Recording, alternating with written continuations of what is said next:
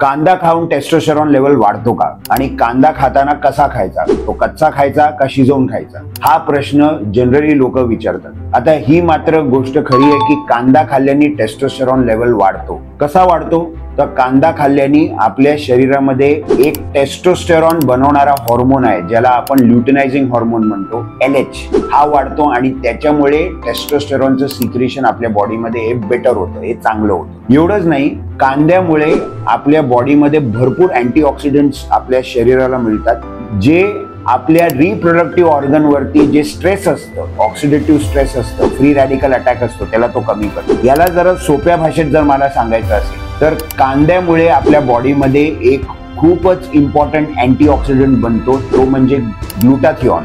ग्लुटाथिऑन हा अँटीऑक्सिडंट आपल्या शरीरामध्ये तेव्हा बनणार जेव्हा आपण सल्फर युक्त फूड प्रोडक्ट खाऊ आणि त्याच्यामध्ये एक कांदा आहे। कांद्यामध्ये सल्फरचं प्रमाण जास्त असतं आणि तुम्हाला हेही सांगतो मित्रांनो की कांदा खाताना नेहमी कच्चा खाल्ला पाहिजे, कारण का शिजवल्यानंतर त्याच्यातलं सल्फर कंटेंट थोडंसं कमी होतं आणि म्हणून तुम्ही कच्चा कांदा हा जर खाल्ला तर हा सल्फर मध्ये हाय असतो आणि म्हणून आपल्या शरीरात ग्लुटाथिऑनची लेवल वाढणार आणि टेस्टोस्टेरॉन बनवण्यामध्ये पण आपल्याला तो मदत होईल। माझा व्हिडिओ तुम्हाला आवडला असेल तर सबस्क्राईब करा, लाईक करा आणि शेअर करा।